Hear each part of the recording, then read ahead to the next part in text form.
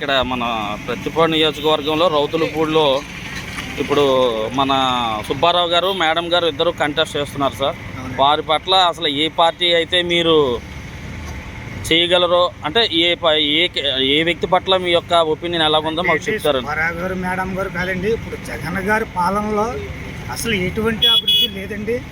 Road కానీ, ఒక డ్రైనేజీలు కానీ, ఒక అభివృద్ధి కానీ, మన రాష్ట్రానికి ఒక అమరావతిని తీసుకురావడం, ఒక రాజధాని లేని ప్రభుత్వం అండి ఇది రాష్ట్రం అండి. ప్రతి రాష్ట్రాల్లో ఉన్నాయండి, ప్రతి ఒక్కదానికి ఒక రాజధాని ఉందండి.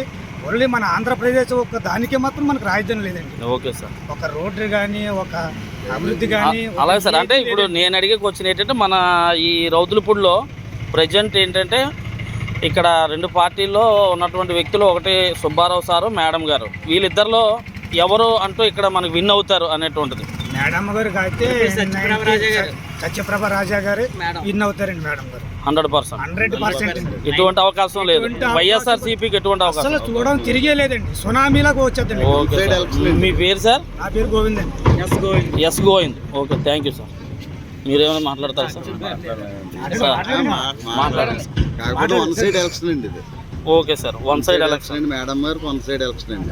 Okay sir, thank you sir. Thank you.